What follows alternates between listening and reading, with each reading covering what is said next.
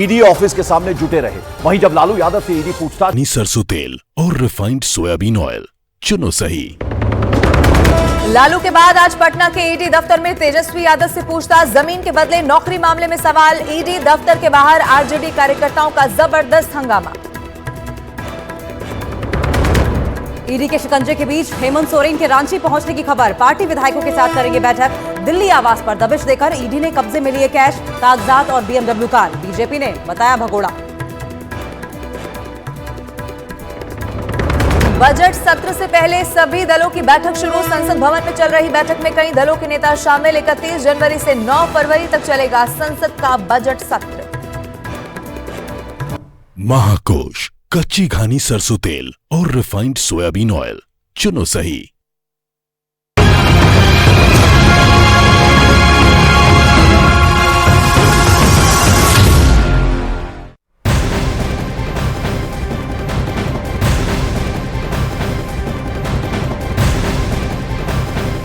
नमस्कार, बहुत स्वागत है आपका। आप देख रहे हैं न्यूज 18 इंडिया। आपके साथ हूं मैं लवीना राज। नमस्कार, मैं हूं आपके साथ अंकिता दुबे। बुलेटिन की शुरुआत करेंगे, लेकिन सबसे पहले बात कर लेंगे इस वक्त की बड़ी खबर की। दिल्ली आवास से हेमंत सोरेन के घर से मिली एक कार से 36 लाख रुपए के कैश बरामद हुए हैं। ये बहुत बड़ी खबर है। जांच एजेंसियों के सूत्रों के हवाले से एक ब्रेकिंग न्यूज ये है कि राज्यपाल ने डीजी को भी अब तलब कर दिया है। ये बड़ी अपडेट आपको बताएं, दिल्ली आवास से हेमंत सोरेन के घर से एक कार से 36 लाख रुपए का कैश बरामद किया गया है। जांच एजेंसियों के सूत्रों के हवाले से बड़ी खबर ये आ रही है और अब राज्यपाल ने डीजी को भी तलब कर लिया है। ये ब्रेकिंग न्यूज है। हेमंत सोरेन, जिनकी मुश्किलें यहां से लगातार बढ़ती हुई दिखाई दे रही हैं, कल भी दिन भर डीडी के अधिकारी छानबीन करते रहे और अब ये बहुत बड़ी खबर, 36 लाख कैश बरामद हुआ। केंद्रीय जांच एजेंसी ईडी यानी प्रवर्तन निदेशालय के द्वारा एक बड़ी कार्रवाई को अंजाम देते हुए झारखंड के मुख्यमंत्री हेमंत सोरेन की एक बीएमडब्ल्यू कार को जब्त कर लिया है।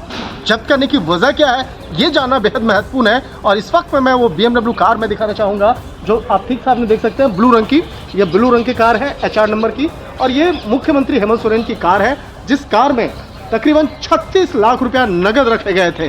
हालांकि इस पैसे को रखने की वजह क्या रही है, क्यों रखा गया था और इस पैसे का क्या करना था, हालांकि मनी लॉन्ड्रिंग से जुड़े मामले में पहले से तफ्तीश चल रही थी, लेकिन जिस तरह से इस कार को दिल्ली के वाले आवास से बरामद किया गया और इसके साथ ही कुछ महत्वपूर्ण दस्तावेज भी जो है वो जांच एजेंसी के हाथ में लगे हैं, तो अब जांच एजेंसी इस मामले में आगे की पड़ताल में जुट गई है कि आखिर इस 36 लाख रुपया को लाया कहां से गया था, इस पैसे को करना क्या था। तो इन तमाम मामलों पर अब विस्तार से तफ्तीश का दायरा जो है वो आगे बढ़ाया जा रहा है और एक तरफ देखा जाए कि हेमंत सोरेन को ढूंढा जा रहा है, तलाशा जा रहा है जांच एजेंसी के द्वारा, लेकिन अभी तक मुख्यमंत्री के बारे में कोई जानकारी नहीं मिल पाई है। तो साफ है कि झारखंड के मुख्यमंत्री हेमंत सोरेन ईडी के रडार पर है। ईडी के समन्स के बाद भी अभी तक पेश वो नहीं हुए। अब खबर ये मिल रही है कि हेमंत सोरेन रांची में ही है। उधर हेमंत सोरेन के दिल्ली वाले घर से सोरेन की कार के साथ 36 लाख कैश बरामद किए गए हैं, जबकि कानून व्यवस्था को लेकर झारखंड के राज्यपाल ने झारखंड के डीजी को तलब कर लिया है। ये बड़ी खबर इस पूरे घटनाक्रम को देखते हुए कहीं जो कानून व्यवस्था है वो हाथ से बेहाथ ना हो जाए, इसीलिए अब राज्यपाल ने झारखंड के डीजी को तलब कर दिया। तस्वीरें जरा आप देख लीजिए। 36 लाख जो नोट बरामद किया गया है, जो धनराशि बरामद हुई है, ये उसी की तस्वीर हम आपको दिखा रहे हैं। एक कार कल बीएमडब्ल्यू, आपको याद होगा कैसे जो दिल्ली वाले आवास से थी, वहां पर जब्त किया गया था। सूत्र यही बता रहे थे कि ये जो कार खरीदी गई थी वो बेनामी संपत्ति से खरीदी गई थी। अब 36 लाख रुपए कैश भी बरामद कर लिए गए हैं, उसकी तस्वीर इस वक्त हम आपको दिखा रहे हैं। और वहीं ईडी के रडार पर हेमंत सोरेन, एक बार समन्स मिलता है, 2 बार मिलता है, 3, 4, 5, 6, 7, लेकिन लगातार हेमंत सोरेन इस जांच से बचते रहे हैं।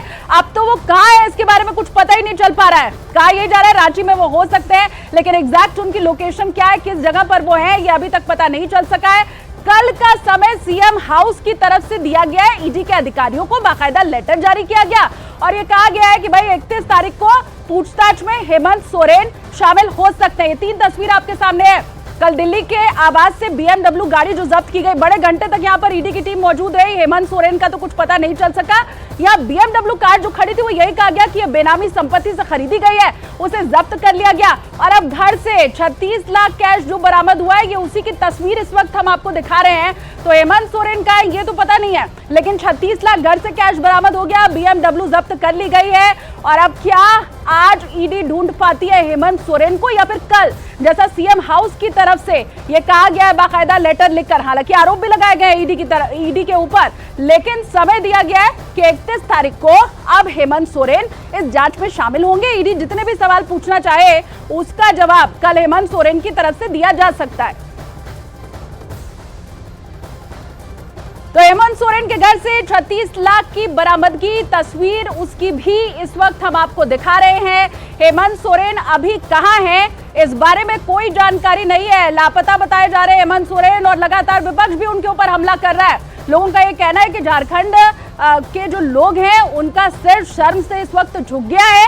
4 साल पूरे कर चुके हैं हेमंत सोरेन, 4 साल पूरे हो चुके हैं, लेकिन ये 5वां साल क्या पूरा हो पाएगा? 5 साल सरकार टिक पाएगी क्या?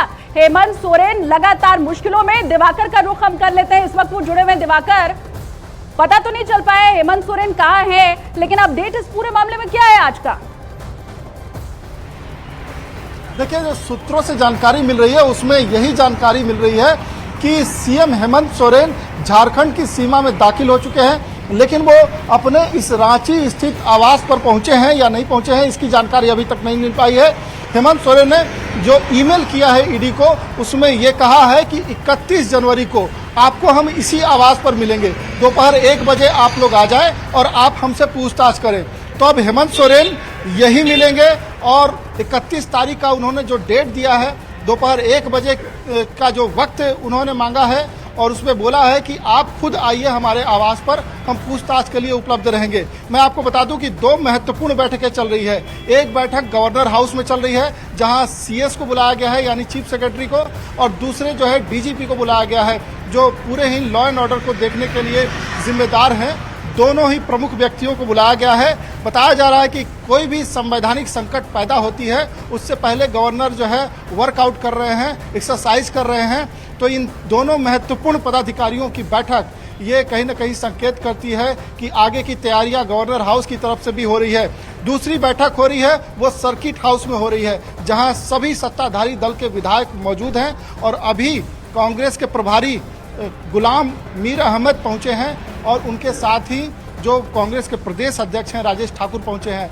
तो ये संकेत करते हैं कि एक तरफ सत्ताधारी दलों की तैयारी चल रही है, दूसरी तरफ जो है गवर्नर हाउस में मीटिंग चल रही है कि कोई कॉन्स्टिट्यूशनल क्राइसिस होती है या पॉलिटिकल क्राइसिस होती है तो आगे किस तरीके से तैयारी करनी है। तो जहां तक आपने कहा कि क्या हेमंत सोरेन ने 4 साल का कार्यकाल पूरा, 4 साल का अपना वक्त पूरा कर लिया है। हम वीर सिबू के बेटे हैं, हम बड़े आदिवासी हैं, हम किसी से डरते नहीं, हम लड़ाका हैं।